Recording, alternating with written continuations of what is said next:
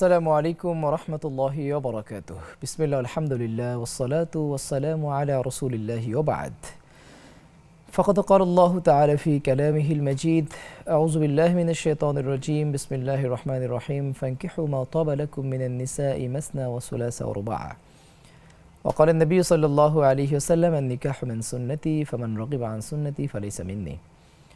সুপ্রিয় দর্শক ও শ্রোতা, বাংলাদেশ সহ পৃথিবীর নানা প্রান্তে বসে এই মুহূর্তে কিংবা পরবর্তীতে যারা আমাদের চমৎকার এই অনুষ্ঠানটি নেক্সাস টেলিভিশনের পর্দায় দেখছেন কিংবা দেখবেন, আপনাদের প্রত্যেককে স্বাগত জানাচ্ছি বেকম্যানস বিস্কিটস নিবেদিত ইসলামী জীবন বিধান এই অনুষ্ঠানে। এই অনুষ্ঠানটিতে সরাসরি দর্শকদের প্রশ্নের উত্তর দেবার পাশাপাশি আমরা নির্ধারিত একটি বিষয়ে আলোচনা করে থাকি। স্ক্রিনে আপনারা যে নাম্বারটি দেখতে পাচ্ছেন, সেই নাম্বারে যদি ফোন করেন এবং আপনার যে সমস্যাটি রয়েছে, আপনার যে প্রশ্ন রয়েছে, সেই প্রশ্নটি যদি আপনি আমাদের কাছে উত্থাপন করেন, আমরা পবিত্র কোরআন এবং হাদিসের আলোকে সেই প্রশ্নের উত্তর দেওয়ার চেষ্টা করে থাকি। এবং একই সাথে নেক্সাস টেলিভিশন ইসলামিক ফেসবুক পেজেও আপনি আমাদের এই অনুষ্ঠানটি দেখতে পাচ্ছেন এবং সেখানে যদি আপনি কমেন্ট করেন, আমরা নিশ্চয়ই কমেন্ট থেকে আপনার প্রশ্নের উত্তর দেওয়ার চেষ্টা করব। আল্লাহ রাব্বুল আলামিন মানব জাতিকে পাঠিয়েছেন এই পৃথিবীকে আবাদ করবার জন্য। আবাদ করবার যে প্রসেস আল্লাহ রাব্বুল আলামিন দিয়েছেন, সেটি হচ্ছে মানব জাতির মাঝে দুটি বিশেষ সৃষ্টি, অর্থাৎ মানব জাতিকে তিনি দুটি ভাগে বিভক্ত করেছেন। একটিকে তিনি পুরুষ জাতি হিসেবে তৈরি করেছেন, আর একটিকে তিনি নারী জাতি হিসেবে তৈরি করেছেন। এবং এই দুটি জাতির মধ্য দিয়েই আল্লাহ রাব্বুল আলামিন এই পৃথিবীতে মানুষের আগমন, এই প্রক্রিয়াটি নিশ্চিত করেছেন। ওয়াবাসসা মিনহুমা রিজালান কাসীরা ওয়া নিসাআ। আল্লাহ রাব্বুল আলামিন আদম আলাইহিস সালাম এবং হাওয়া আলাইহিস সালাম এই দুজনের মধ্য দিয়েই কিন্তু তিনি পৃথিবীতে মানবের যে যাত্রা, মানবের যে আগমন, এই আগমনের ধারা অব্যাহত রেখেছেন। এই যে একটি নারী এবং একটি পুরুষ, একটি নারী এবং পুরুষের মাঝে যে একটি বন্ধন তৈরি হয়, এই বন্ধনটিকে আমরা বিবাহ বা আন-নিকাহ হিসেবে চিনে থাকি। এ ব্যাপারে পবিত্র কোরআনে যেমন আল্লাহ তাআলা নিজেই বিভিন্ন আদেশ এবং নিষেধ করেছেন, একই সাথে রাসূলুল্লাহ সাল্লাল্লাহু আলাইহি ওয়াসাল্লাম তিনি নিজেও বিভিন্ন হাদিসের মাধ্যমে তিনি বিবাহ করতে উদ্বুদ্ধ করেছেন এবং বিভিন্ন হুকুম আহকাম, বিভিন্ন বিধান তিনি দিয়েছেন। আজ আমরা কথা বলবো বিবাহ একটি পবিত্র বন্ধন। এটি এমন একটি বন্ধন যে বন্ধনে একটি অজানা নারী এবং পুরুষ একে অপরের এত কাছাকাছি চলে আসে, আত্মার এমন এক বন্ধনে আবদ্ধ হয়, যার ফলে এই অজানা এবং অচেনা মানুষটি হয়ে ওঠে জীবনের চরম এবং পরমতম পরিচিত এবং কাছের মানুষ। এই যে বিবাহ, এই বিবাহ আল্লাহ তাআলা আমাদেরকে আদেশ করেছেন, ফানকিহু, তোমরা বিয়ে করো, মা তাবা লাকুম, তোমাদের পছন্দ মতো। অর্থাৎ বিয়ে করতে গেলে এখানে আমাদের পছন্দের যে বিষয়টি রয়েছে, একে অপরকে পছন্দ করা, এটি আসলে কোনো চাপিয়ে দেওয়ার বিষয় নয়। এটি আমাদের সোসাইটিতে অনেক সময় দেখি যে ফ্যামিলির পক্ষ থেকে হয়তো চাপিয়ে দেওয়া হয় যে ওর সাথেই বিয়ে করতে হবে। তখন দেখা যায় যে ছেলে মেয়ে হয়তো একে অপরকে সে অর্থে পছন্দ করেনি, কিন্তু ফ্যামিলির মন রক্ষার্থে তারা আসলে বিয়েটি করে। পরবর্তীতে কিন্তু সেখানে অনেক সময় বিভিন্ন রকমের ঝামেলা হয়। তো সুতরাং বিয়ে করার ক্ষেত্রে প্রথম যে জিনিসটি দেখতে হয়, সেটি হচ্ছে একে অপরকে পছন্দ করা। তবে পছন্দের কিছু পদ্ধতি এবং পছন্দের কিছু পরিমাপক রাসূলুল্লাহ সাল্লাল্লাহু আলাইহি ওয়াসাল্লাম নির্ধারণ করে দিয়েছিলেন, যেটিকে আল্লাহ রাসূল সাল্লাল্লাহু আলাইহি ওয়াসাল্লাম বলেছেন যে কুফুর ক্ষেত্রে আমরা কোন বিষয়গুলোকে আগে দেখব এবং একটি ছেলে এবং একটি মেয়েকে পছন্দ করবার ক্ষেত্রে আমরা আসলে কোন বিষয়গুলোকে আগে দেখব। ওই নির্ধারিত বিষয়গুলোকে দেখে বিবেচনা করে যদি আমরা পাত্র এবং পাত্রী নির্বাচন করতে পারি, তাহলে কিন্তু পরবর্তী জীবনে এই যে দাম্পত্য রসায়ন, সেই দাম্পত্য রসায়ন এবং দাম্পত্য জীবনে যে শান্তি এবং সুখ, সেটি আমরা পাব। সম্মানিত দর্শক এবং শ্রোতা, দেখুন বিবাহের ক্ষেত্রে রাসূলুল্লাহ সাল্লাল্লাহু আলাইহি ওয়াসাল্লাম বলছেন যে আন-নিকাহু মিন সুন্নতি। নিকাহ বা বিবাহ, এটি হচ্ছে রাসূলুল্লাহ সাল্লাল্লাহু আলাইহি ওয়াসাল্লাম বলছেন এটি আমার সুন্নাত। ফামান রাগিবা আন সুন্নতি, কেউ যদি এই সুন্নাত থেকে মুখ ফিরিয়ে নেয়, কেউ যদি বিবাহ করতে অস্বীকৃতি জানায় কিংবা এটি যদি তার ভালো না লাগে, তাহলে রাসূলুল্লাহ সাল্লাল্লাহু আলাইহি ওয়াসাল্লাম এক্ষেত্রে খুবই কঠোর হুঁশিয়ারি দিয়েছেন, ফালাইসা মিন্নি, সে আমার অন্তর্ভুক্ত নয়, সে আমার দলভুক্ত নয়। সুতরাং এই যে বিবাহ, যেটি একদম সৃষ্টির শুরু থেকে নিয়ে এখন অবধি এবং কিয়ামত পর্যন্ত যেটি থাকবে, এই বিবাহ ব্যবস্থার মধ্য দিয়ে যে পরিবার গড়ে উঠবে, সেই পরিবারেই কিন্তু আসলে সত্যিকারের একটি আদর্শ পরিবার হিসেবে গড়ে উঠবে এবং সেখানেই কিন্তু শান্তি বিরাজ করবে। আমরা যদি পাশ্চাত্যের কিছু কিছু জায়গাতে লক্ষ্য করি, যেখানে বিবাহ ব্যবস্থাকে কঠিন করা হয়েছে, যেখানে বিবাহ ব্যবস্থাকে জাদুঘরে পাঠানো হয়েছে, সেখানে কিন্তু আমরা দেখছি শান্তি কিংবা যেই সৌহার্দ্য এবং সম্প্রীতি, সেটিরও কিন্তু প্রচুর অনুপস্থিতি আমরা সেখানে লক্ষ্য করি। সম্মানিত দর্শক শ্রোতা, আমরা আলোচনা শুনব। ইতিমধ্যে একজন দর্শক যুক্ত হয়েছেন, আমরা তার ফোন কলটি নিয়ে নিচ্ছি এবং ফোনের পর আবারও আমরা নির্ধারিত বিষয়ে কথা বলবো। আসসালামু আলাইকুম দর্শক, শুনতে পাচ্ছি। দুঃখিত, সম্ভবত সংযোগটি বিচ্ছিন্ন হয়েছে। যে কথা বলছিলাম, যে বিবাহের ক্ষেত্রে এই যে সুন্নাহ পদ্ধতি, মানব জাতির যে বংশ পরম্পরা রক্ষা করা কিংবা মানব প্রজনন, এই যে প্রক্রিয়া, এই প্রক্রিয়াটি কিন্তু বৈধভাবে আল্লাহ তাআলা আমাদেরকে এমন একটি পন্থা দিয়েছেন বিবাহের মধ্য দিয়ে, এবং যেটি সম্পূর্ণ বৈধ পন্থা। এই পন্থার মধ্য দিয়ে আমরা কিন্তু একে অপরের যে জৈবিক চাহিদা, যে তাড়না, সেই তাড়না কিন্তু আমরা মেটাতে পারি এবং একই সাথে আমরা কিন্তু মানসিক প্রশান্তি বিবাহের মধ্য দিয়ে লাভ করি। আজকে সোসাইটিতে বিবাহকে নানাভাবে কঠিন করা হয়েছে।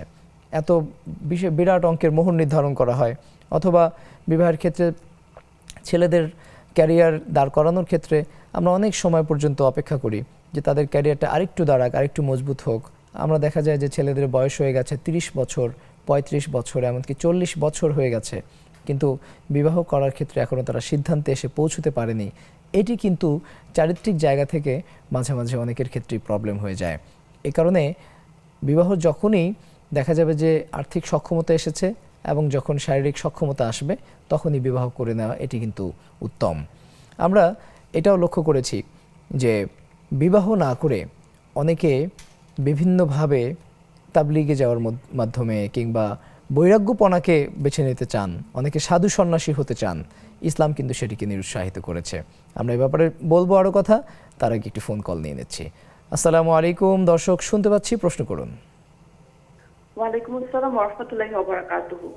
আমি মৃত্তিকামণি বলছিলাম বাড়িধারা থেকে। জি বোন, বলুন। স্যার, আমার দুটো কোয়েশ্চেন আছে। আমার ফার্স্ট কোয়েশ্চেন হচ্ছে, এবার রোজায় হয়েছে কি 24th রোজায় আমি আসলে মসজিদে অ্যানাউন্স শুনে আমি করতাম, সেহরির সময়টা আমি অ্যানাউন্স শুনে ওটা করতাম আর কি। তো হয়েছে কি, মসজিদে অ্যানাউন্স আমি শুনতে পাইনি, আমি ভুল করে ওই আজানের 1 মিনিট আগে আমি পানি খেয়ে ফেলেছি। ওটা আমি অনিচ্ছাকৃত করেছি সাহেব। তো আমার এই রোজাটা কি আবার রেখে দিতে হবে নাকি কি করবো আমি ঠিক বুঝতে পারছি না। জি, সুন্দর প্রশ্ন। আপনার দ্বিতীয় প্রশ্ন? আমার সেকেন্ড কোয়েশ্চেন হচ্ছে, লাইভ কোরআন পড়া, মানে নিজের মুখে কোরআন পড়া আর মোবাইলে কোরআন শোনা, দুটো সব কি একই? আচ্ছা, জি, সুন্দর প্রশ্ন করেছেন। আমরা কোরআন এবং হাদিসের আলোকে আমরা উত্তর জানার চেষ্টা করব ইনশাআল্লাহ। দেখুন, প্রথম যে বিষয়টি আপনি জানতে চেয়েছেন যে সাহরি করার আগে আপনি পানি খেয়ে ফেলেছেন, সাহরি করার পর নির্ধারিত সময় যখন শেষ হয়ে গেছে, সেই নির্ধারিত সময় শেষ হওয়ার পরে আপনি পানি খেয়ে ফেলেছেন, এমন যেমনটি আপনি বলছিলেন যে আজানের 1 মিনিট আগে, এক্ষেত্রে আপনার কোনো সমস্যা হবে কি না? জি না সম্মানিত বোন, এক্ষেত্রে আপনার কোনো সমস্যা হবে না। সেই রোজা হয়ে যাবে, এই রোজা আপনাকে দোহরাতে হবে না কিংবা কাজাও করতে হবে না, কারণ আজান পর্যন্ত বিভিন্ন স্কলারদের এই অপশন রয়েছে যে আজান পর্যন্ত খাবার গ্রহণ করা যায়। সুতরাং আপনার এতে কোনো সমস্যা হবে না। এবং দ্বিতীয় যে প্রশ্নটি আপনি করেছেন যে কোরআন নিজে মুখে তেলাওয়াত করা এবং শোনা, এই দুটির মধ্যে কোনো পার্থক্য আছে কি না, নাকি একই সওয়াব হবে? ডেফিনেটলি পার্থক্য আছে। আপনার যখন তেলাওয়াত করার সামর্থ্য রয়েছে, তখন যদি শুধু আমরা তেলাওয়াত শ্রবণ করে যাই, সেক্ষেত্রে কিন্তু আমি নিজে তেলাওয়াত করার, নিজে পাঠ করার যে সওয়াব, সেটি কিন্তু আমি পাবো না। তবে যদি আমার তেলাওয়াত করার সামর্থ্য না থাকে, যেমন ধরুন কেউ যদি মুখ হয়ে থাকে, যিনি বোবা, নিজে কথা বলতে পারেন না, সেক্ষেত্রে তিনি শ্রবণ করার মধ্য দিয়েই কিন্তু তেলাওয়াতের যে সওয়াব সেটি পেতে পারেন। তবে তার কিন্তু তেলাওয়াতের নিজস্ব জায়গা থেকে, সক্ষমতার জায়গা থেকে তেলাওয়াতের চেষ্টা থাকতে হবে, কারণ তিনিও তো বিভিন্ন ভঙ্গিমায় কথা বলার চেষ্টা করেন, সে জায়গা থেকে তিনি চেষ্টা করবেন। কিন্তু সুস্থ স্বাভাবিক মানুষ যারা, তাদের তিলাওয়াতের ক্ষেত্রেই সওয়াব বেশি। মান করা হারফান, হাদিসে যেটি রয়েছে, যে ব্যক্তি একটি হরফ তিলাওয়াত করবে, এখানে কিন্তু সরাসরি করা শব্দটি ব্যবহার করা হয়েছে, যে একটি হরফ তিলাওয়াত করলে 10টি নেকি পাওয়া যাবে প্রতিটি হরফের বিনিময়ে। এখানে সরাসরি করা শব্দটি ব্যবহার করা হয়েছে। সামিআ অর্থাৎ শ্রবণ করলো, এই শব্দটি কিন্তু ব্যবহার করা হয়নি। সুতরাং সরাসরি কোরআন তিলাওয়াত করলে পরে আমরা যে প্রতিটি হরফে 10 নেকি, এই নেকিটি পাবো। আর শ্রবণ করলে পরে সেখানেও কোরআন যে তেলাওয়াত হয় বা কোরআন তেলাওয়াতের যে সওয়াব, সেটি আমরা পাবো। তবে এটির কোনো পরিমাণ কিন্তু হাদিসে বলা হয়নি যে শ্রবণ করলে প্রতি হরফে 10 নেকি বা এত এত, এটা কিন্তু এভাবে হাদিসে সরাসরি আসেনি। সুতরাং আমরা কোরআন তেলাওয়াতের পাশাপাশি আমরা কোরআন শ্রবণের চেষ্টা করব, শুনব, তবে সর্বোচ্চ চেষ্টা করতে হবে কোরআন অধিক পরিমাণে তেলাওয়াত করার। আমরা যে কথা বলছিলাম, বিবাহ একটি পবিত্র বন্ধন। আজকের সোসাইটিতে বিবাহকে কঠিন করা হয়েছে। আমি যেমনটি বলছিলাম যে বয়স 35-40 হয়ে গেছে, কিন্তু অনেকে বিবাহ করছে না এখনও। আমাদের বোনদের ক্ষেত্রেও দেখা যায় যে অনেক সময় মানুষের বয়স অনেক হয়ে যাচ্ছে, আর একটু ভালো পাত্রের সন্ধানে তারা আরও সময় ক্ষেপণ করেন। এতে করে কিন্তু একটা পর্যায়ে কী হয়, দেখা যায় যে ওই মেয়েটার বয়স অনেক বেশি হয়ে যাচ্ছে। এতে একজন প্রাপ্তবয়স্ক নারী এবং পুরুষের এই যে বিলম্বিত বিবাহ, এতে করে তাদের শারীরিক বেশ কিছু প্রবলেম কিন্তু দেখা দেয়। তখন এই শারীরিক প্রবলেম এটি প্রশমিত করবার জন্যে, অথবা নিজেদের জৈবিক চাহিদা এটিকে প্রশমিত করবার জন্যে কিন্তু বিভিন্ন সময় ছেলেমেয়েরা অবৈধ পন্থা অবলম্বন করে থাকেন। এই অবৈধ পন্থায় যদি কোনো নারী এবং পুরুষ হেঁটে চলেন, তখন কিন্তু তার দায়ভার আমাদের এই ছেলেমেয়ের বাবা মাকেও নিতে হবে। সে কারণে নির্ধারিত সময় যখনই হবে, নিজের সক্ষমতা, আর্থিক সক্ষমতা এবং ফিজিক্যাল ফিটনেস সব কিছু মিলিয়ে যখন একজন নারী এবং পুরুষ মনে করবেন যে তিনি বিবাহ করতে পারেন, তখন কিন্তু তার বিয়ে করাটা নেয়াই উত্তম। মান ইসতাতা মিনকুমুল বাআতা ফালিয়াতাযাওয়াজ। আল্লাহ রাসূল সাল্লাল্লাহু আলাইহি ওয়াসাল্লাম বলছেন, যে ব্যক্তি বিবাহ করতে পারে তার উচিত বিয়ে করে নেওয়া। আর যে ব্যক্তি বিবাহ করার সক্ষমতা নেই, তিনি কি করবেন সে বিষয়ে জানবো, সে বিষয়ে বলবো। তার আগে আরেকটি ফোন কল নিয়ে নিচ্ছি। আসসালামু আলাইকুম দর্শক, প্রশ্ন করুন।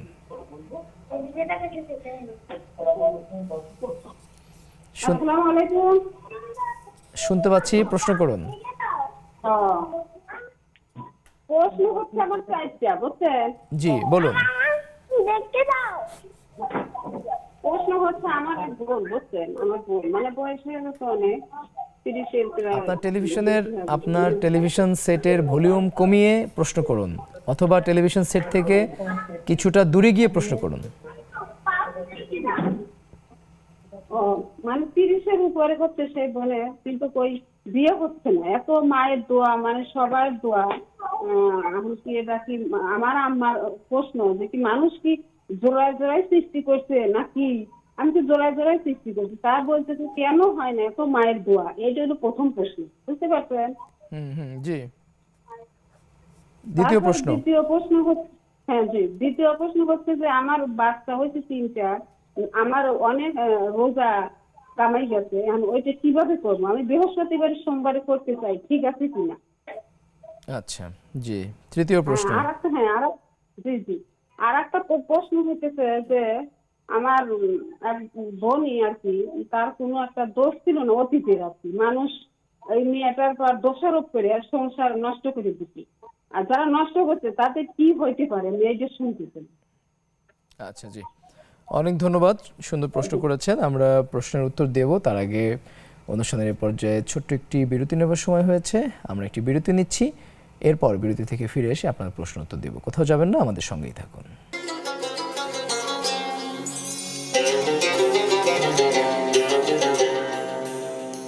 আপনারা দেখছেন বেকম্যানস বিস্কিটস নিবেদিত ইসলামী জীবন বিধান।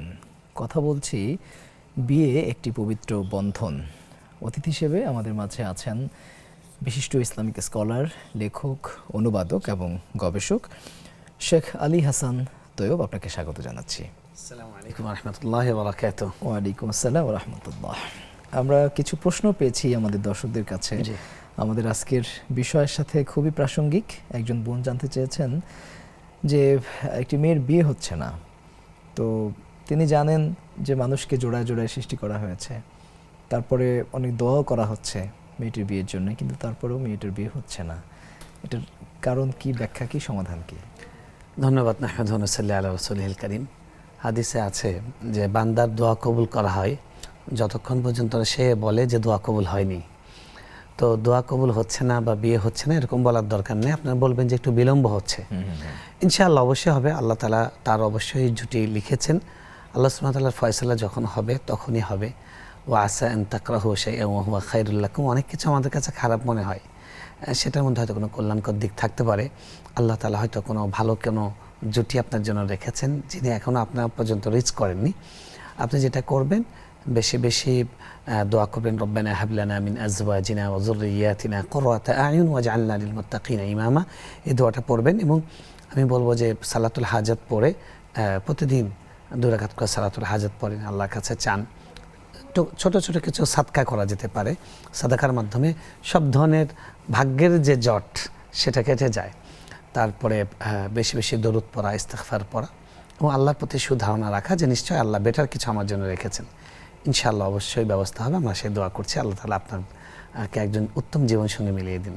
আল্লাহুম্মা আমিন। তার একটি প্রশ্ন হচ্ছে যে তার যে ভাঙতি রোজাগুলো ছিল, কাজা রোজা, সেই রোজাগুলো তিনি আসলে শাওয়ালে তো রাখার চিন্তা করছেন, কিন্তু তার ফ্যামিলিতে 3টা বাচ্চা, ছোট সন্তান রয়েছে, বাচ্চা, সব কিছু মিলিয়ে এই মুহূর্তে তিনি রোজাগুলো রাখা তার জন্য খুবই ডিফিকাল্ট হচ্ছে। বৃহস্পতিবার এবং সোমবারের রোজা রাখার হয়তো অভ্যাস তার আছে, তিনি জানতে চাচ্ছেন যে সেই দিনে তার সেই ভাঙতি রোজাগুলো রাখতে পারবেন কিনা। দেখুন, ভাঙতি রোজাটা মহিলা বোধ হয়, যে তাহলে বোঝা যাচ্ছে যে মাসিকের কারণে যে রোজাটা আমাদের মা বোনদের ভেঙে থাকেন। তো এটা তো আসলে ফরজ, ফরজটা আদায় করলে, ফরজ যে কোনো দিনে আদায় করতে পারেন, সোমবার বৃহস্পতিবারে আদায় করতে পারেন। বাকি ফরজ রোজার ক্ষেত্রে একাধিক নিয়ত জায়েজ নেই, সেটা আপনি কাজার নিয়তই করবেন।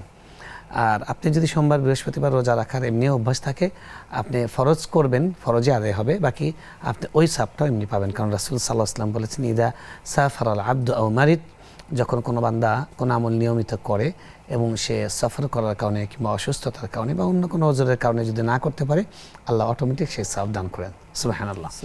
আপনি যেটা করতে পারেন, শাওয়াল মাসের রোজাটা আগে ধরা দরকার। আপনি যদি এরকম হয়, যেহেতু বলেছেন 3টে বাচ্চা আছে, তো শাওয়াল মাসের রোজা আর তো বেশি দিন নাই, 13-14 দিন আছে।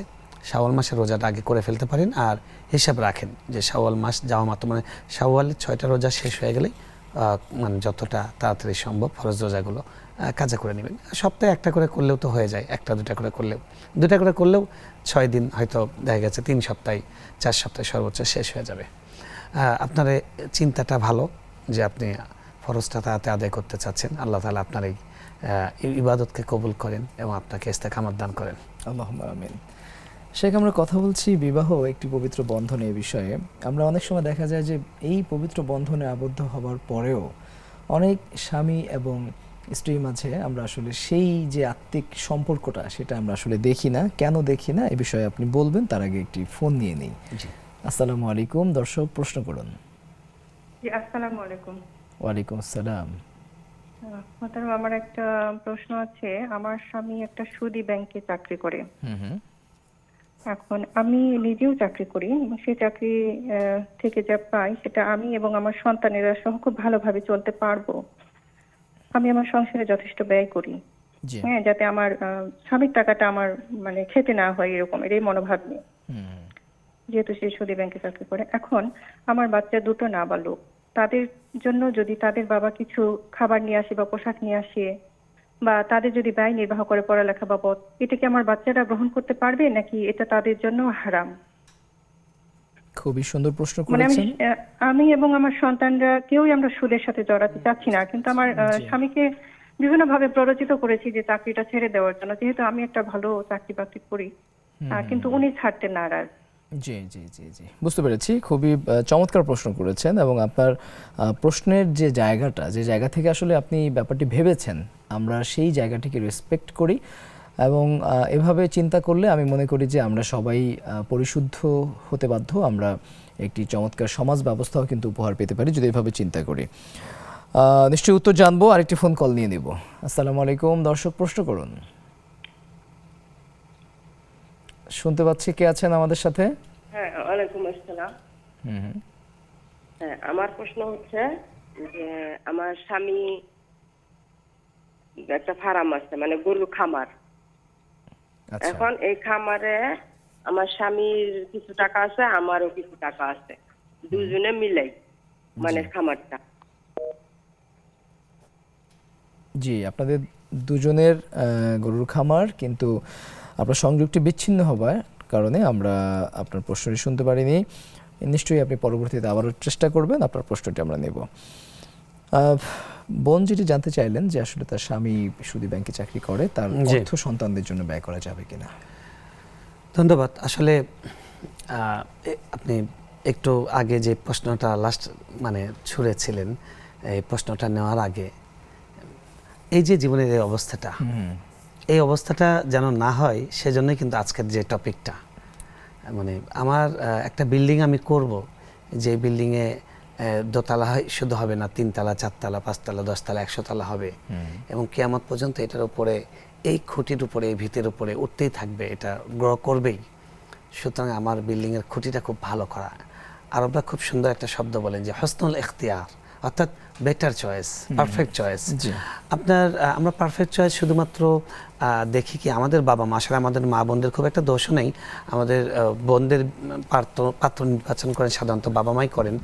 তো অনেক সময় দেখা যায় যে বাবা মা সন্তানের জন্য, তার মেয়ের জন্য পাত্র নির্বাচন করেন, শুধু তার স্যালারিটাই দেখে, তার স্যালারিটা হালাল হারাম কিনা, ছেলেটা হালাল হারাম বোঝে কিনা, তার মেয়েটাকে শুধু দুনিয়াতে ভালো রাখা না, একসাথে হাত ধরে জান্নাতে যাওয়ার মতো বৈশিষ্ট্য তার ভেতর আছে কিনা, এটা বাবা মা খেয়াল করেন। এটা খুবই দুঃখজনক। যাই হোক, আপনি যেটা করেছেন, আমি কি একটা ফোন কল? জি জি জি, নেওয়া যায়, আমরা পরে। আসসালামু আলাইকুম, দর্শক শুনতে পাচ্ছি, প্রশ্ন করুন। হ্যাঁ, এখন ওই যে খামার বিষয়ে বলছিলাম, জি, এখন ওই খামারে আমিও কিছু টাকা যুক্ত আছি, আমার স্বামীও আছে। এখন আমার স্বামী শুধু মানে গরুর খাবারের চিন্তা ভাবনা করে, সংসারের দিকে যে খাবারের বাজার বুজার দায়িত্বটা সম্পূর্ণটা আমার হাতে, উনি দায়িত্বটা নিতে চায় না। এখন আমার প্রশ্ন হচ্ছে, আমি সম্পূর্ণ দায়িত্ব সারার পরে আমার না স্বামীরে না জানায় আমি কিছু টাকা সঞ্চয় করতে চাই, মানে রাখি, এটাতে কি আমার গুনাহ হবে? আচ্ছা, জি, নিশ্চয়ই আমরা শুনবো প্রশ্নের উত্তর। আরেকজন দর্শক যুক্ত আছেন, দর্শক প্রশ্ন করুন। হ্যালো, আসসালামু আলাইকুম। ওয়ালাইকুম আসসালাম রাহমাতুল্লাহ। আমি প্রশ্ন করতেছি যে লাভলি নামটা কি ইসলামিক? লাভলি নামটা রাখলে কি আবার কি আকিকা দিয়ে আবার অন্য নাম রাখা লাগবে? ইসলামিক নাম কি রাখতে হবে? লাভলি নাম কি রাখলে কি ইসলামিক হবে না? তাই এই জিনিসটা জানতে চাচ্ছি। জি, অনেক ধন্যবাদ। আরেকজন দর্শক যুক্ত আছেন, দুঃখিত, আমরা একে একে প্রশ্নের উত্তরে চলে যাব। আপনি যে কথা বলছিলেন, জি, আসলে দেখুন, আপনি যে কাজটা করছেন যে আপনার জামাই, আপনার হাজব্যান্ডের ইনকাম হালাল নয়, সেজন্য আপনি নিজেই একটা হালাল জীবিকার ব্যবস্থা করেছেন এবং সেটা থেকে আপনি খাচ্ছেন, সন্তানকে খাওয়াচ্ছেন, এটা খুবই আপনাকে মানে ধন্যবাদ জানাই, এবং আল্লাহর কাছে দোয়া করি যে আল্লাহ তাআলা আপনার মুজাহাদাকে কবুল করেন। আপনার স্বামীর জন্য এটা একটা অবশ্যই সৌভাগ্যের বিষয়। উনি চোখটা বন্ধ করলেই বুঝতে পারবেন যে আপনার মতো একজন স্ত্রী পেয়েছেন যিনি হালাল খাওয়ার জন্য নিরন্তর চেষ্টা করছেন। আপনি হালাল হারামের পার্থক্য বুঝতে পেরেছেন, আল্লাহর ভয়, হেদায়েতের নূর আপনার হৃদয়ে পৌঁছেছে, যে জন্য আপনি পাওয়ার পরে আপনার স্বামী সেটা তার উপার্জন সন্দেহযুক্ত হওয়ায় নিচ্ছেন না, আপনারা কম করে হলেও আপনার টাকা দিয়ে খাচ্ছেন। অথচ আপনার স্বামীর জন্য ফরজ ছিল, একজন পুরুষ যে বিবাহ করে, বিবাহের সামর্থ্য ছাড়া বিয়ে করা যাবে না। বিবাহের সামর্থ্যের মধ্যে একটা হলো যে স্ত্রীর ভরণ পোষণের যোগ্যতা অর্জন করা, সেটা মধ্যমানের হলেও, তো সেটা অবশ্যই হালাল খাত থেকে হতে হবে। আপনার হাজব্যান্ড, তার উচিত হলো যেহেতু একটা বিকল্প আয় তার লাইফ পার্টনার তিনি করছেন, আলহামদুলিল্লাহ, তিনি খুব দ্রুত এই পেশাটা চেঞ্জ করে আরেকটা হালাল কোনো ইনকামের ব্যবস্থা করা। আপনি চেষ্টা করছেন, আপনি বলেছেন এবং তাকে বোঝাচ্ছেন, বোঝাতে থাকবেন, চেষ্টা করতে থাকবেন, দোয়া করতে থাকবেন, একসময় আল্লাহ ওনাকে পরিবর্তন করবেন, এবং সে পর্যন্ত এই টাকা থেকে যেভাবে আপনি নিজে এবং দুই সন্তানকে বাঁচাবার চেষ্টা করছেন, এই লড়াইটা আপনি চালিয়ে যান। এটা সুফল আপনিই পাবেন এবং আপনার হাজব্যান্ডও পাবে একসময় ইনশাআল্লাহ। আসলে হারাম এমন একটা বিষাক্ত জিনিস যে হারাম দিয়ে যদি দেহ গঠন হয়, আমরা খাওয়ার পরে সেখান থেকে রক্ত হয়, মাংস হয়, আপনি তাওবা করে গুনাহ মাফ করাতে পারবেন, কিন্তু আপনার ব্লাড কিন্তু চেঞ্জ হবে না। এই জন্য হারামটা থেকে বেঁচে চলা সবচেয়ে গুরুত্বপূর্ণ। আমাদের সময় এখন দেখবেন যে মানুষ টুপিওয়ালা, পাঞ্জাবিওয়ালা, বোরকাওয়ালা সব সংখ্যাই বেড়েছে, কিন্তু সমাজের মতো এত অনাচার, এটার কারণ হলো আমরা হালাল খাওয়াটাকে অত সিরিয়াস মনে করছি না, যতটা ইসলামী পোশাক পরা বা নিজেকে মুসলমান জাহির করাকে গুরুত্ব দিচ্ছি। অথচ আমি কতটা বাহ্যিকভাবে মুসলমান এটার থেকে গুরুত্বপূর্ণ সর্বপ্রথম ইবাদত কবুল হওয়ার জন্য খাবারটা হালাল হওয়া। তাই রাসূল সাল্লাল্লাহু আলাইহি ওয়াসাল্লাম বলেছেন যে হালাল জীবিকা অর্জন করা কাসবুল হালালি ফারিদাতুন বাদাল ফারিদা, ফরজ নামাজের পরে ইমানের পরে সবচেয়ে বড় ফরজ হলো হালাল উপার্জন করা। আপনার স্বামীকে আল্লাহ সহিহ বুঝ দান করুক, আমরা দোয়া করি, আর আপনি আপনার এই চেষ্টাটা চালিয়ে যান। জি, একটা ফোন কল আছে। আসসালামু আলাইকুম দর্শক, প্রশ্ন করুন।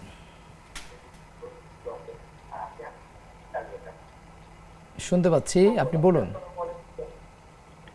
ওয়ালাইকুম সালাম, আসসালামু আলাইকুম। জি, প্রশ্ন করুন।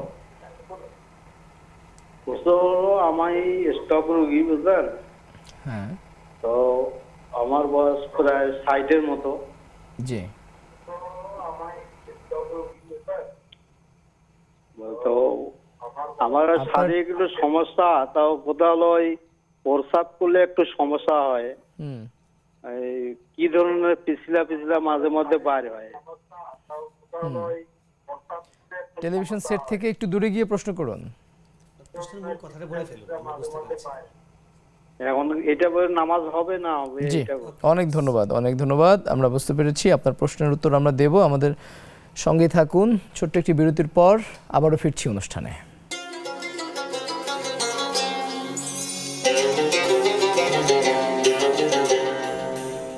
আপনারা দেখছেন বেকম্যানস বিস্কিটস নিবেদিত ইসলামী জীবন বিধান। কথা বলছি বিবাহ একটি পবিত্র বন্ধন, এ বিষয়ে কথা বলার জন্য আমাদের মাঝে আছেন শেখ আলী হাসান তৈয়ব। আমরা বেশ কিছু প্রশ্নের উত্তরও দেওয়ার চেষ্টা করছি। একজন বোন জানতে চেয়েছেন, স্বামীর অগোচরে তাকে না জানিয়ে টাকা সঞ্চয় করা বৈধ হবে কিনা। যিনি যেই বিবরণটা দিয়েছেন যে দুইজনেরই ইনভেস্ট আছে এবং তাদের খামার আছে, সেখান থেকে যা আসে স্বামী খামারের খরচ করেন আর তিনি পরিবারের খরচ করেন। তো যেহেতু পরিবারের খরচ করছেন, এটাতে আপনার স্বামীর একটা মৌন সম্মতি আছে যে সংসারের জন্য আপনি মোটামুটি খরচ করতে পারবেন। সুতরাং আপনি সেখান থেকে কিছু টাকা দুদিনের জন্য যদি সঞ্চয় করেন, যেটা হয়তো আপনার স্বামীরই একদিন কাজে লাগবে, এটা অবশ্যই আপনার একজন বুদ্ধিমত্তা এবং প্রশংসা করার মতো বিষয়। সঞ্চয় করতে পারবেন। জি, একজন বোন জানতে চেয়েছেন, লাভলি এই নামটি আসলে বৈধ কিনা। জি, লাভলি শুনতে খুব লাভলি মনে হচ্ছে, কিন্তু আসলে এটা ইসলামী নাম নয়। লাভলি মানে তো আমরা জানি যে প্রিয় জিনিস, যেটাকে আমরা লাভ করি। তো আসলে এটা কোনো ইসলামী নাম নয়, এটা মিনিংফুল অর্থ, মানে এটা কোনো নাম নয়। নাম যদি আপনি চেঞ্জ করতে চান তাহলে চেঞ্জ করতে পারেন। এটার জন্য আকিকা দেওয়ার, এটা আমরা আসলে কি করে বলি যে নাম চেঞ্জ করেছে ও এটা করেছে, আকিকা দাও। আসলে আকিকার বিষয়টা জন্মের সাথে, এটা নামের সাথে না। তো নাম চেঞ্জ করতে পারেন, এটার সাথে আকিকা দিতে হবে না। জি, একজন বয়স্ক সিনিয়র সিটিজেন, তার বয়স হচ্ছে 60 বছর। জি জি, তিনি জানতে চেয়েছেন যে তিনি যখন প্রস্রাব করেন তখন হয়তো ভিন্ন কোনো পদার্থ বের হয়। অনেক সময় যেটা হয়, নারীদের এরকম হয়, নারীদের স্রাব যায়, পুরুষদের একটা তরল, একটা আঠালো, মানে হালকা আঠালো একটা বস্তু বের হয়, যেটাকে মজি বলা হয়। তো এটা যদি যায় তাহলে আপনার উপরে আপনার অজুটা ভেঙে যাবে। অজু করে নেবেন এবং পরিষ্কার করবেন, এইটুকুই। মানে এটার জন্য আপনার গোসল ফরজ হবে না। অজু করে আপনি পবিত্র হয়ে যাবেন, নামাজ পড়তে পারবেন। কাপড় যেন না লাগে খেয়াল করবেন। জি, আসসালামু আলাইকুম দর্শক, প্রশ্ন করুন। ওয়ালাইকুম আসসালাম, কেমন আছেন? আলহামদুলিল্লাহ ভালো আছি, আপনি কেমন আছেন? আছি আলহামদুলিল্লাহ। আমার প্রশ্ন ছিল, ইসলামে কি কোনো ধরনের দিবস পালন করার, যেমন সামনে এই যে পহেলা বৈশাখ আসছে, এইসব দিবস পালন করার কোনো জায়েজ আছে কিনা, এই সম্পর্কে আমার শায়েখের কাছে প্রশ্ন ছিল। জি, অনেক ধন্যবাদ, নিশ্চয়ই আমরা শায়েখের কাছে শুনবো। আরেকজন দর্শক আছেন, দর্শক প্রশ্ন করুন। আসসালামু আলাইকুম। ওয়ালাইকুম আসসালাম। আমি একটা প্রশ্ন করতে চাই। জি, এটা হচ্ছে, কিছুদিন আগে আমার একটা ছেলে বাচ্চা হয়েছিল। আমি বাচ্চারা মানে দুনিয়াতে যখন আসছিল, তখন আমি একটা মানাসিনা করছিলাম। আচ্ছা, মানাসিনাটা কিছুটা দিতে পারিনি, তা বাচ্চাটা অনেক কষ্ট হচ্ছে। মানে এক্ষেত্রে কিছু বলতেন যদি। ছোট একটি বাচ্চা, মানতটা কি হয়েছে, দিতে পারেননি, তারপরে মানে বাচ্চা যখন দুনিয়াতে আসছিল তখন আমি একটা মানাসিনা করছিলাম, তা এটা কিছুটা দিছি, মানে আর কিছুটা দেই নাই, দিতে পারি নাই। তাই এই ক্ষেত্রে আপনি যদি কিছু করতেন। ওকে ওকে, জি, সুন্দর প্রশ্ন করেছেন। আরো একজন দর্শক যুক্ত আছেন। দর্শক, প্রশ্ন করুন। আসসালামু আলাইকুম। ওয়ালাইকুম আসসালাম ওয়া রাহমাতুল্লাহ। জি, আমি একটু জানতে চাচ্ছিলাম যে গতকাল একটা সার্কুলার গভর্নমেন্ট জারি করেছে 32-এর পরে আর মানে চাকরির এই পর্যন্ত লিমিট একটা সার্কুলার জারি করেছে। তো আমি একটু জানতে চাচ্ছিলাম যে যাদের এই বয়স পার হয়ে গিয়েছে যে হালাল উপার্জনের উপায়গুলি একটু জানতে চাচ্ছিলাম। মানে হালাল উপার্জন কিভাবে মানে একটু ওয়েজ গুলি একটু জানতে চাচ্ছিলাম। অনেক ধন্যবাদ, অনেক ধন্যবাদ। প্রথম যে প্রশ্নটি এসছে সেটি হচ্ছে দিবস পালন সংক্রান্ত। যে সুন্দর একটি প্রশ্ন। ইসলামে দিবস পালনের কোনো ব্যাপার নেই। ইসলামে দিবস পালন দুটোই আছে, একটা হলো ঈদ উল ফিতর, একটা ঈদ উল আজহা। এছাড়া ইসলামের কোনো দিবস নেই, যেমন জন্ম দিবস, মৃত্যু দিবস, তারপরে বিবাহ দিবস, এই দিবস সেই দিবস, এগুলো দিবস ইসলামে নেই। ইসলাম খুব প্র্যাকটিক্যাল ধর্ম। এখানে ফর্মালিটি নয়, এখানে রিয়েলিটির উপর চলে ইসলাম। আপনি যেমন পৃথিবীতে মা দিবস আছে, আপনি না, ইসলামে কোনো মা দিবস নেই। আপনার জন্ম থেকে মৃত্যু পর্যন্ত মা দিবস, আপনার মায়ের প্রতি করণীয় আছে। পিতা দিবস, তারপরে বিবাহ করার পর থেকে আপনার বিবাহ দিবস, সব এগুলো প্রত্যেক দিন দায়িত্ব। ও আবুদুর রব্বাক হাত্তা ইয়াতিয়াকাল ইয়াকিন, ডিউটি মৃত্যু পর্যন্ত।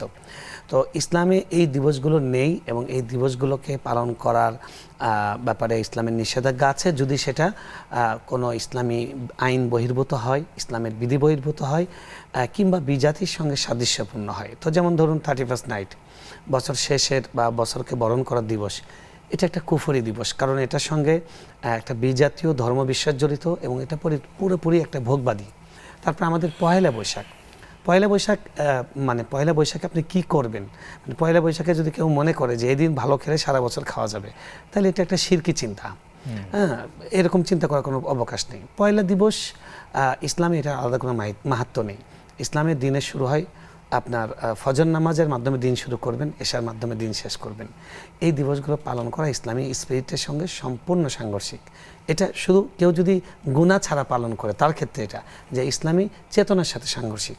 আর যদি এই দিবসগুলোর মধ্যে কোনো গুনাহ উপাদান যোগ হয়, যেমন নারী পুরুষ একসঙ্গে সবাই মিলে বসে আনন্দ করছে, গান গাইছে, নাচ করছে, র্যালি করছে, এখানে পর্দা লঙ্ঘন হচ্ছে, এখানে মিউজিক বাজছে, এখানে গান হচ্ছে, তাহলে এটাও ইসলামের নীতিমালা লঙ্ঘন হচ্ছে, এটার জন্য আলাদা গুনাহ হবে। তাই আমরা এই দিবসগুলো পালন করব না, বরং আমরা আমাদের দেশের প্রতি, আমাদের মাতৃভূমির প্রতি, আমাদের বাবা মা ভাই বোন সংসার আশপাশের সবার প্রতি আমাদের যে কর্তব্য দায়িত্ব, সেটা আমরা সারা বছর পালন করব, সারা জীবন পালন করব। নিশ্চয়ই। একজন দর্শক যুক্ত আছেন। আসসালামু আলাইকুম। ওয়ালাইকুম আসসালাম। জি, ভালো আছেন? আলহামদুলিল্লাহ ভালো আছি। প্রশ্ন করুন। জি, হুজুর আমার অনেক পছন্দ, এই হুজুরের কথা আমার অনেক ভালো লাগে, প্রতিদিনই দেখি নিয়মিত অনুষ্ঠানটা। আমার প্রশ্ন হয়েছে 3টা। প্রথম প্রশ্ন হয়েছে যে 6 রোজার কি এখনো চাপ কি মানে কত পর্যন্ত থাকবে আর কি, কতদিন পর্যন্ত, এই একটা প্রশ্ন। আমি ফরজ রোজাগুলো আগে করতেছি, 5টা রোজা আমার ভাঙা গেছে ফরজ, এটা আমি আগে করতেছি, 2টা হয়েছে, আজকে নিয়ে 2টা হবে।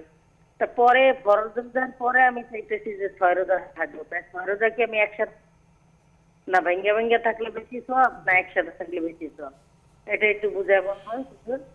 আর দ্বিতীয় প্রশ্ন হচ্ছে সকাল সন্ধ্যার যে দোয়াগুলো আছে, ওগুলা যে আমি অনেক সময় বিছানায় বৈশা বৈশা পাঠ করি, যেমন নামাজটা পড়ে আমার অনেক ঘুমে ধরে মাঝে মাঝে, তখন আমি বিছানায় বৈশা বৈশা পাঠ করে ঘুমের মাতালি দেখা যায়, ঘুমের চোখে এমনি আঙ্গুল দিয়ে না বলি, তো এটাকে আমার ঠিক হবে না গুনাহ হবে?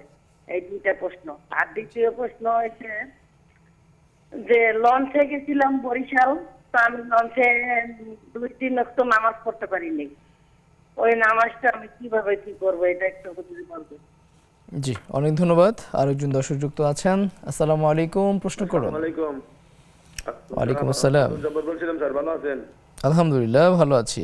জি স্যার, প্রশ্ন করতে সংক্ষেপে 3টে প্রশ্ন নিয়ে। প্রথম হচ্ছে শায়েখ শুনতেছেন, ধন্যবাদ তাকে, যে অনেকে আছে আমাদের শর্ত হলো যারা হারাম খায় তাদের দোয়া আল্লাহ দরবারে কবুল হয় না, কিন্তু অনেকে হালালও খায় হারামও খায়, এ ব্যাপারে আল্লাহর কাছে ছাড় পাবে কিনা। 2 নম্বর প্রশ্ন, ইসলামী ব্যাংকের সৌজন্যে ইসলামী অনুষ্ঠান হয়, তারা বলে যে ইসলামী ব্যাংক শরিয়া ভিত্তিক, ওখানে লেনদেন করেন। দেখেন তারা আমাদের এলাকায় মূল ইসলামী ব্যাংকের এনজিও সংস্থা আছে, তাদের কাছ থেকে অনেকে টাকা নেয়। আমি নিয়েছিলাম 1 লাখ টাকা দিলেও বইয়ের পর লিখে দেয় 1,13,000 টাকা করা লাগবে। তাহলে লভ্যাংশটা যদি আগে নির্ধারিত হয় সেটা কিভাবে শরিয়া ভিত্তিক হয়? আর 3 নম্বর প্রশ্ন হচ্ছে যে আমরা অনেকেই ইনকামের ক্ষেত্রে কিন্তু মানে হালাল করি, কিন্তু মানে হারাম ইনকাম করি, কিন্তু খাবার বেলায় বা কিনার বেলায় যায় হালাল তালাশ করি। ইনকাম করি হারাম, কিন্তু যখন বাজারে যাই তখন কিন্তু হালাল হারাম করি, মানে কোনটা হারাম কোনটা হালাল। 3টে প্রশ্নের উত্তর দিন। অনেক ধন্যবাদ, নিশ্চয়ই আমরা জানবো। একজন জানতে চেয়েছেন যে একটি ছোট বাচ্চার জন্য একজন ভদ্রলোক তিনি কিছু মানত করেছেন, অর্ধেক পালন করেছেন, অর্ধেক কিছুটা পালন করেছে, কিছুটা পালন করতে পারেননি। আপনি পালন করার চেষ্টা করবেন। মানত জিনিসটা এরকম, যেটা আল্লাহর সঙ্গে এক ধরনের প্রমিস দেয়া, তো আল্লাহর সঙ্গে সেটা ওয়াদা রক্ষা করা উচিত। চেষ্টা করবেন সেটা মানতটা পরিপূর্ণ করতে। হালাল উপার্জনের কোনো উপায়? আচ্ছা, তিনি জানতে চেয়েছেন যে গভর্নমেন্ট জবের বয়স চলে গেছে, এখন কি করবেন। অদ্ভুত কথা। গভর্নমেন্ট জব তো পাইলে খুব ভালো, কিন্তু এর বাইরে তো পৃথিবীর সব চাকরি আছে। দেখুন, ইসলামে হালাল হলো বেশি, হারাম কম। হারাম মানে কি? যেটা নিষিদ্ধ অল্প কয়টা, আর নিষিদ্ধ নয় কয়টা। নিষিদ্ধ ছাড়া পৃথিবীর যা কিছু আছে সবটাই বৈধ। আসলু শাই আল ইবাহা, ফিখের একটা মূলনীতি হলো প্রত্যেক জিনিসের মধ্যে বৈধ এটাই স্বাভাবিক ঘটনা, অবৈধ এটা হলো এক্সেপশন। এটা আল্লাহ বা রাসূল সাল্লাল্লাহু আলাইহি ওয়াসাল্লাম অবৈধ করেছেন। আপনি সুদ নেই, ঘুষ নেই, গুনাহের প্রতি সরাসরি কোনো আহ্বান নেই, প্রতারণা নেই, হ্যাঁ, এইরকম যে কোনো ব্যবসা, যে কোনো লেনদেনের সঙ্গে আপনি জড়িত হতে পারবেন। ইসলামে বৈধ কোন কোন ব্যবসা? সব ব্যবসায় বৈধ, যেটা অবৈধ নয়। শুধু অবৈধ কাজ থেকে কাজ ছাড়া যে কোনো আপনি আয় ইনকামের পথ খুলে নিতে পারবেন। এবং রাসূল সাল্লাল্লাহু আলাইহি ওয়াসাল্লাম দোয়া করেছেন যারা ব্যবসা করার চেষ্টা করে তাদের জন্য। এবং রিজিক, এই পৃথিবীর 16 ভাগের 12 ভাগ রিজিক হলো ব্যবসার মধ্যে আল্লাহ রেখেছেন। আমরা সবাই ঢাকা শহরে এসে চাকরি খুঁজি, আরে কত আর ধারণ করবে? কত পথ আছে, হ্যাঁ, আমাদের কৃষি জমি আছে, আমাদের খামার করার অনেক উপায় আছে। তো এই চেষ্টা করা, শুধু চাকরির জন্য চেষ্টা না করা, হালাল অনেক পথ আছে, আপনি চেষ্টা করুন। আল্লাহর কাছে বেশি বেশি রিজিক চাইবেন, দরুদ পড়বেন, ইস্তেগফার পড়বেন এবং ফজরের মাধ্যমে দিনের সূচনা করবেন। ইনশাআল্লাহ আল্লাহ আপনার জন্য রিজিকের রাস্তা প্রশস্ত করে দেবেন ইনশাআল্লাহ। সুপ্রিয় দর্শক, খুব চমৎকার আলোচনা আপনারা দেখছেন, শুনছেন। অনুষ্ঠানের পর্যায়ে ছোট্ট একটি বিরতি নিচ্ছি, আমাদের সঙ্গে থাকুন।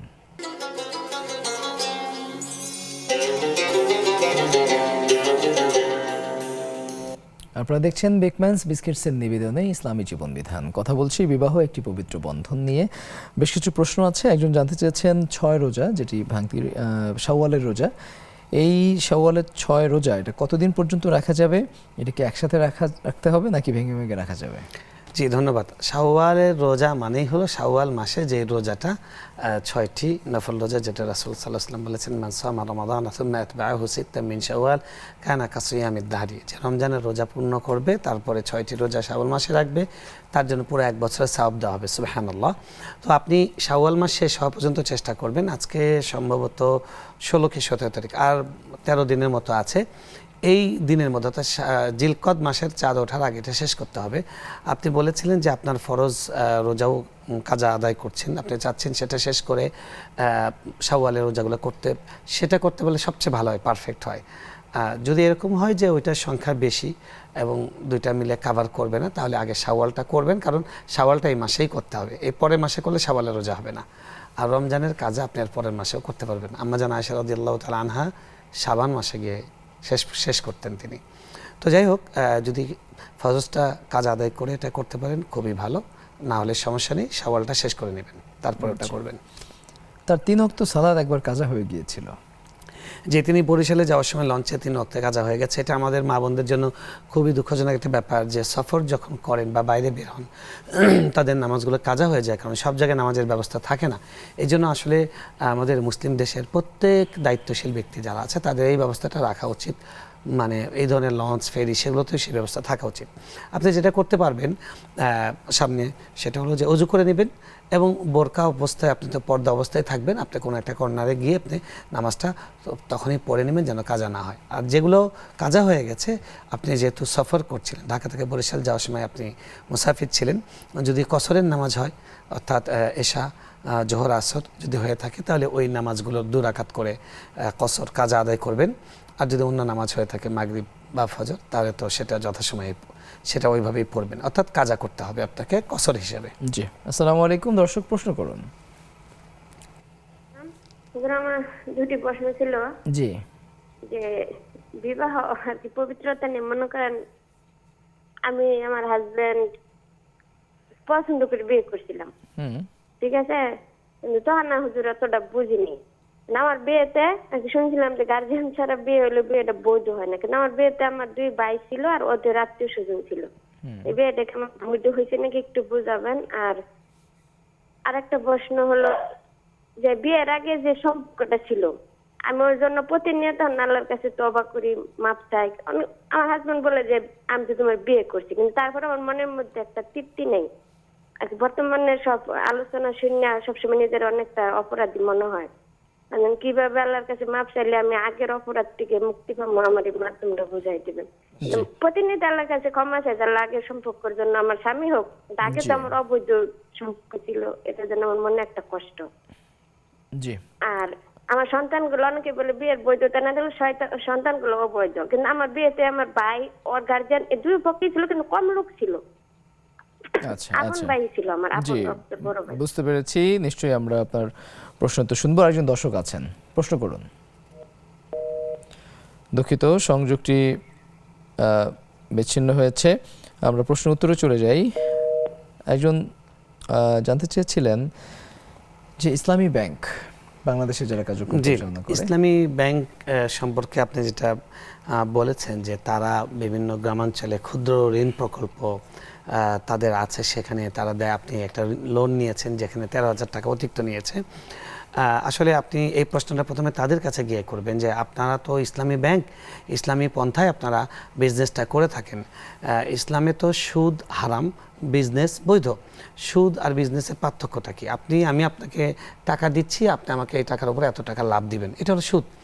আমি আপনাকে টাকা দিচ্ছি, আপনি সেটা বৈধভাবে আপনি ব্যবসা করবেন, ব্যবসা করার পরে ব্যবসার প্রফিট আমাকেও দিবেন। কথার কথা আমাকে 3% দিবেন, মানে 3% বা 5% বা 10%, 20% দেবেন, সেটা আমার জন্য বৈধ হবে। এখন ইসলামী ব্যাংক যেটা করে, ইসলামী ধারার banking, not only Islami bank, ইসলামী ধারার ব্যাংকিংয়ের প্রক্রিয়া যেটা, সেটা হলো যে তারা কিন্তু লোন দেয় না, তারা বলে বিনিয়োগ। আপনি দেখবেন ইসলামী ব্যাংকগুলো যত শাখা আছে, ব্রাঞ্চ আছে, ওখানে লেখা আছে বিনিয়োগ বিভাগ। ওইটা লোন বিভাগ, কোনো লোনের কোনো বিভাগ নেই, কারণ লোন দিলে ওটা সুদ হবে, এটা বিনিয়োগ। আপনাকে দিয়েছেন, তারা কি প্রক্রিয়ায় সেটাকে বিজনেস বা বিনিয়োগ হিসেবে করেছেন, সেটা আপনি জিজ্ঞেস করে তাদের কাছ থেকে নিশ্চিত হতে পারেন। তারা যেটা করে, বাকি আপনি প্রশ্ন করেছেন যে নির্দিষ্ট অ্যামাউন্ট আপনার কাছ থেকে বেশি নিচ্ছে, তাহলে তো সুদ হয়ে গেল। এটা যেটা হয় সেটা হলো যে এটা সম্ভাব্য ধারণা করা যে আমার 1 লাখ টাকা কথার কথায় 6 মাসে এই বিজনেসে খাটানোর পরে আমি হয়তো 10% হলে সম্ভবত আমি 10,000 টাকা অতিরিক্ত পাবো। সেটা একটা সম্ভাব্য একটা অ্যামাউন্ট ধরে তারা অনেক সময় প্রফিটও ঘোষণা করে, কিংবা অনেক সময় এটা যার কাছে বিনিয়োগ করে তার কাছ থেকে এটা ধার্য করে। সেরকম কিছু আপনার ক্ষেত্রে করে থাকার কথা আমরা যতটুকু ইসলামী ব্যাংকের লেনদেন সম্পর্কে জানি।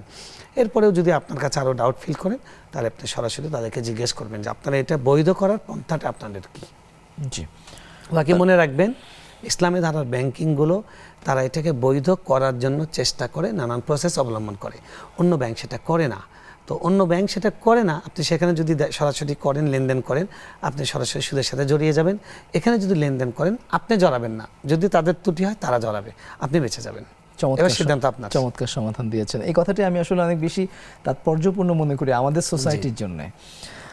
তার একটি প্রশ্ন ছিল যে অনেকের ইনকামে হারাম, কিন্তু খাদ্য ক্রয়ের ক্ষেত্রে। হ্যাঁ, এটা খুব সুন্দর একটা কথা বলেছেন উনি। দেখুন, রাসূলুল্লাহ সাল্লাল্লাহু আলাইহি ওয়াসাল্লাম যে হাদিস আমাদেরকে বলেছেন যে লা তাযুলা কাদামা আবদিন হাত্তা ইউসআলা আন আরবাইন, 4টা প্রশ্নের উত্তর দেওয়া ছাড়া কিয়ামতের দিন কেউ 1 কদম সামনে অগ্রসর হতে পারবে না।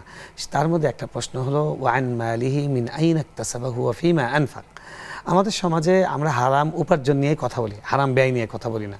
এই জন্য আপনার প্রশ্নটাকে আমি অ্যাপ্রিসিয়েট করছি। রাসূল সাল্লাল্লাহু আলাইহি ওয়াসাল্লাম কিন্তু দুটো একসঙ্গে বলেছেন যে মাল সম্পর্কে তাকে উত্তর দিতে হবে, কোত্থেকে আয় করেছে, কোথায় ব্যয় করেছে। তাই আমার আয়টাও নিখুঁত হতে হবে বা নির্ভেজাল হতে হবে, হালাল পন্থায় হতে হবে, ব্যয়টাও আমার হালাল খাতেই হতে হবে। আমি নিজের টাকা বলে আমি হারাম কাজ, আমি এক বোতল মতো কিনে খেলাম এই 31st নাইটে বা পহেলা বৈশাখে, নো, আপনার সেই সুযোগ নেই। আপনার নিজের টাকা বলে আপনি একটা অশ্লীল ড্রেস কিনে আপনি আপনার বাচ্চাকে দিলেন, এই সুযোগটা আপনার নেই। আপনার নিজস্ব টাকা বলে আপনি সেটা দিয়ে জুয়া খেললেন, এই সুযোগটা আপনার জন্য নাই। আপনার হারাম যেটা ব্যয় সেটার ব্যাপারেও আল্লাহর কাছে জবাবদিহি করতে হবে এবং সেটার দ্বারাও আপনি অনেক ক্ষতিগ্রস্ত হবেন। আপনার সম্পদের বরকত চলে যাবে, হায়াতের বরকত চলে যাবে। তাই আমাদের উপার্জনের ক্ষেত্রেও হালালের মধ্যে সীমিত থাকতে হবে, ব্যয়ের ক্ষেত্রেও হালালে সীমিত থাকতে হবে। একটু ছোট করে জানতে চাইবো, একজন বোন জানতে চেয়েছেন, ভালোবেসে বিয়ে করেছেন, পরবর্তীতে আচ্ছা, আপনি যেটা বলেছেন যে আপনার ওলি আসলে ছিল, বাবা ছিল না কিন্তু বড় ভাই ছিল, ওলি ছিল, এই জন্য আপনার বিয়ে বৈধ হবে, সন্তানও বৈধ। বাকি আপনি আপনার যেই অনুভূতিটা সেটা খুব ভালো অনুভূতি, আপনি আল্লাহর কাছে তাওবা করছেন, ইনশাআল্লাহ আল্লাহ তাওবা করবেন। একটি সুসংবাদ দিয়ে শেষ করি, তিনি আল্লাহ বলছেন যে ইল্লা মান তাবা ওয়া আমানা ওয়া আমিলা আমালান সালিহান ফাউলাইকা ইউবাদদিলুল্লাহু সাইয়্যাতিহিম হাসানাত ওয়া কানা আল্লাহু গফুরুর রহিমা। যারা খাঁটি মনে তওবা করে এবং নেক আমল করে, আল্লাহ তাআলা তাদের তাওবা শুধু কবুল করেন তাই না, তাদের গুনার কারণে যে আমলনামে গুনাহ লেখা হয়েছিল ওই গুনাহটাকে বরং সওয়াবে কনভার্ট করা হয়। সুবহানাল্লাহ। এইজন্য আপনি বারবার তাওবা করছেন, দিস ইজ গুড প্র্যাকটিস, এটা ঠিক আছে। আল্লাহ আপনাকে অবশ্যই ক্ষমা করবেন, আল্লাহর প্রতি নেক ধারণা রাখবেন ইনশাআল্লাহ। 30 সেকেন্ডে একটি প্রশ্ন নিচ্ছি। নেক্সাস টেলিভিশন ইসলামিক ফেসবুক পেজে যারা কমেন্ট করেছেন, মাহমুদুল হাসান সুমন, আসসালামু আলাইকুম। আমার একটি প্রশ্ন ছিল, আমার খালা একটি মানত মানছে, মানতটা এমন, খালাতো ভাই যতদিন লিবিয়া থেকে ইতালি না যাবে ততদিন তিনি রোজা রাখবেন। এখন টানা 6 মাস ধরে তিনি রোজা রাখছেন আর লিবিয়া থেকে ইতালি যেতে পারছে না। এই মুহূর্তে খালা অসুস্থ হয়ে গেছেন, কি করবেন? উনি একটা মানত ভঙ্গের একটা কাফারা দিবেন, অর্থাৎ এটাকে ইয়ামিন বলা হয়, ইয়ামিনে লগ। এই ইয়েটা তিনি পালন করবেন না, এটার জন্য একটা তিনি কাফারা দিবেন।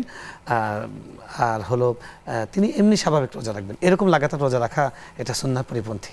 জি শেখ, আপনাকে অনুষ্ঠানের পক্ষ থেকে অনেক শুকরিয়া এবং মোবারকবাদ জানাচ্ছি। আপনাকেও ধন্যবাদ, জাযাকুমুল্লাহ। সুপ্রিয় দর্শক, আপনারা দেখছিলেন বিগম্যানস বিস্কিটস নিবেদিত ইসলামী জীবন বিধান। জীবন ঘনিষ্ঠ নানা প্রশ্ন নিয়ে আপনাদের সরাসরি বিভিন্ন প্রশ্নের উত্তর দেবার এই আয়োজন প্রতিদিন বিকেল 3টায় নেক্সাস টেলিভিশনের পর্দায় আপনারা দেখে থাকেন। চমৎকার এই অনুষ্ঠানটি দেখবার আমন্ত্রণ জানিয়ে আজকের মতো এখানেই শেষ করছি। আল্লাহ হাফেজ।